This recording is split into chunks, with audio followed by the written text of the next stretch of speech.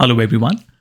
In the last video, we saw how we can work with colors. Now let's look at how we can work with images.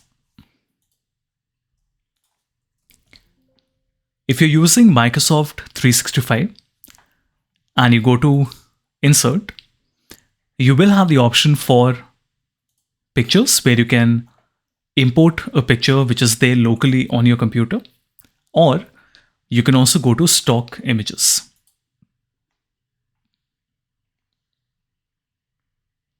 This is a large collection of images, and the best part is that this is free to use. That means that you don't have to cite the author, you don't have to pay any money. They all come under a free license.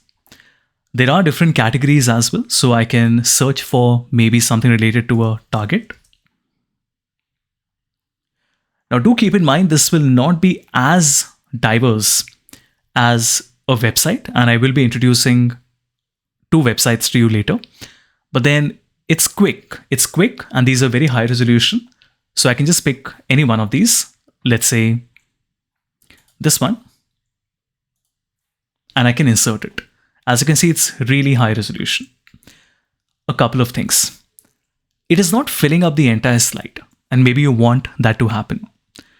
So I'm going to zoom out a little bit and make sure that I stretch the image outside the dimensions of the slide.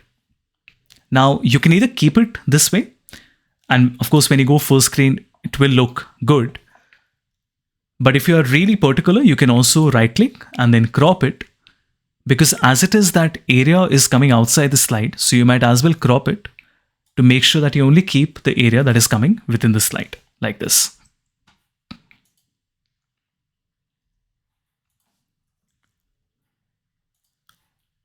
The other suggestion is to not fill up the entire slide. So for example, maybe I want to right click and crop, and we only want to take this much of the image. So this way you're creating a contrast. So maybe for the format background of the slide, I can right click and go to format background, and we can choose with our eyedropper the same color that we see here. So you notice it creates a nice contrast, and maybe the text that you want to keep, you can keep here in this pane on the left side. So let me insert a text box, and I'm just going to call this, let's say, the table of content. And then in the font color, eyedropper, I will choose the same white that we have here. So you notice that it blends really well, looks really professional, because the colors you're using is coming from the image directly.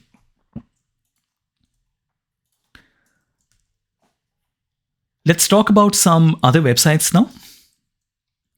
So one of these websites is pexels.com. And of course, I will share the link here as well.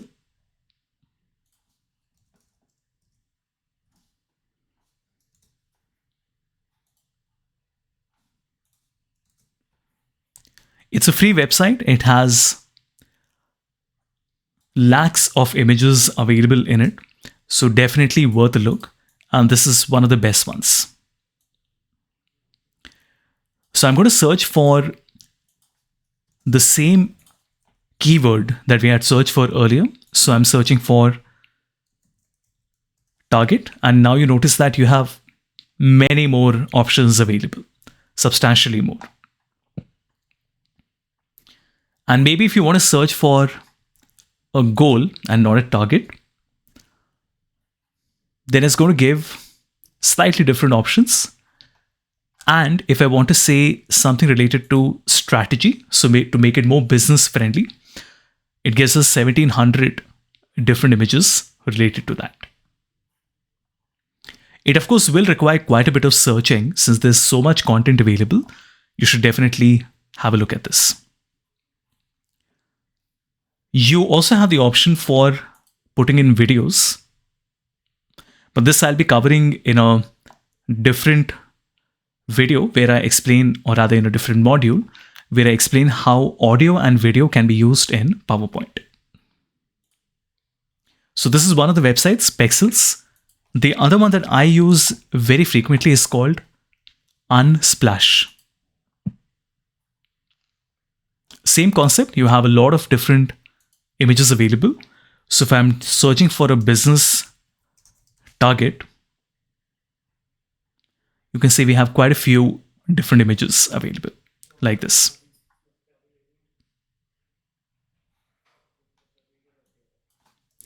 Let me take a screenshot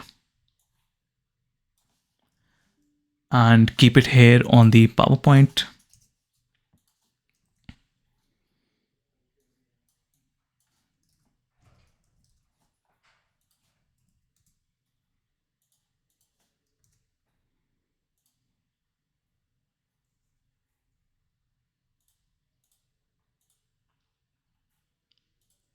Perfect. So there really isn't much to tell you as far as images are concerned. I guess when you read a lot of reports, there'll be a lot of learning that will come in. For example, let's say you're reading a report by KPMG on, let's say, cryptocurrency.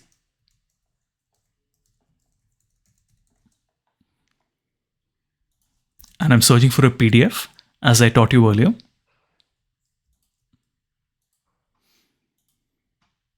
So do you see how they will always have images used very liberally? So especially on the cover page. And then as you continue, they will have a lot of these abstract random images. And that's really important because it just helps make it seem more readable. Otherwise it will just be text after text after text. So while a lot of people might feel that this looks quite kiddish and maybe not very professional, to the contrary, using images is really, really important. And in fact, if you look at a lot of these other examples, you will see that images are used a lot. Look at this, right? So this is a great idea to simply read these reports, get a lot of ideas from the reports, and then try to copy it first, and then of course make your own modifications to it. I do want to give you one additional tip, which is something that looks really nice. How we can have the image coming as the background of maybe a number or text. Let me first show you an example to tell you what I'm trying to create.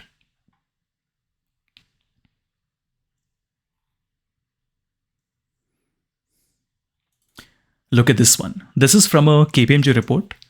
And if you look at the way that 10, 15, 25, and 57% have that image as the backdrop, it looks really nice. It sort of creates that wow factor. Let's see how we do this. First, I will need an image. So insert, pictures, stock images. And then I can go to,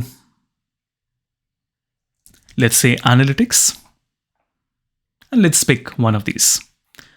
Maybe search for a different word. I'm not very happy with the options that we have here. So I'm just going to search for an office. And let's pick one of these, perhaps this one. Perfect. What we need to do now is to write a number, but we are not going to do that in a shape. We will do this in a text box. So insert and then a text box. And let me write 65% in it.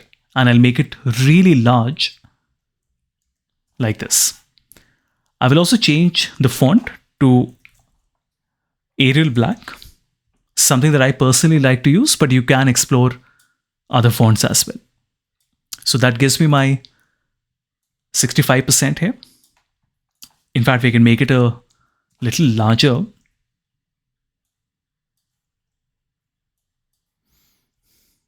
Like this.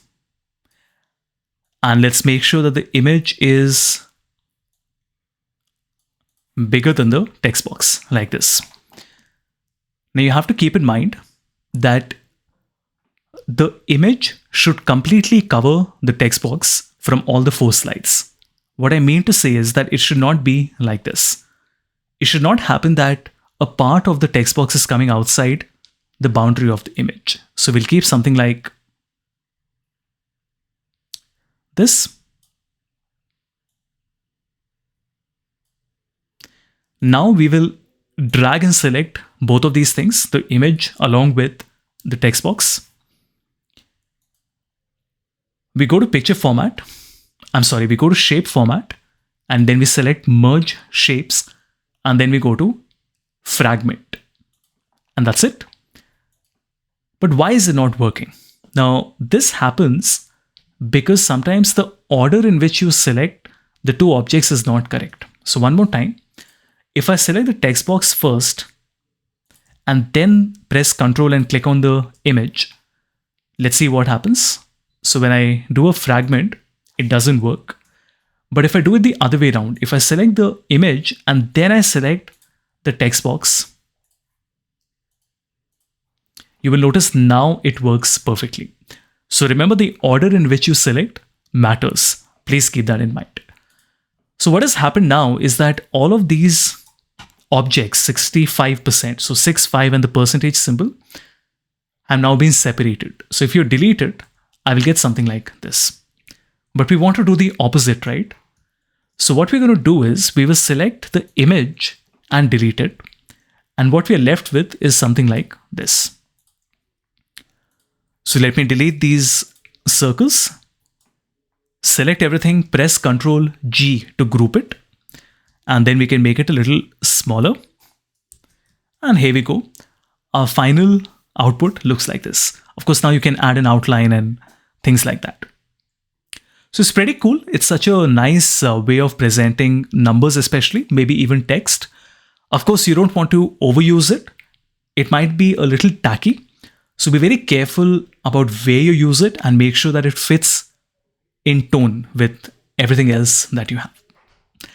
Now that we are covering the topic of how to merge shapes with an image, remember you can also do this with a shape. So I'm going to do the same thing one more time. I will insert a text box.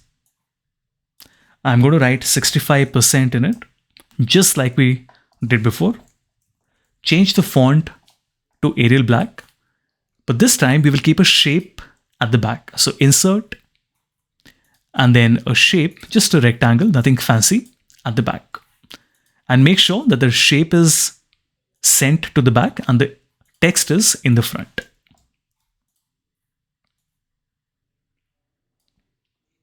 Let's make this a little smaller. And there we go. Just like before, you have to make sure that the boundary of the number 65% from all the four sides is completely fitting within the shape. So it should not come out like this. That's not allowed. So now we drag and select, go to shape format, merge shapes and fragment. Now remember, it is not working because the order in which you select them matters. So I will select the shape and then the text box, merge shapes and fragment. We can remove the shape now and we are left with this. Now remember, these are all individual objects, so you can actually control them independently. And now if you want, you can create these interesting effects. For example, maybe if I make a copy and then just offset it a little bit, not a lot, just a tiny bit, maybe like this, and then change the color, then we get something like this. Again, this is more of a demonstration than anything else, because if you already have a tool like Canva, I guess you can do this in a much easier manner. But it's good to know that even in PowerPoint, if you want to be quick, there are quite a few creative ways to get the type of results that you otherwise would not have thought is possible.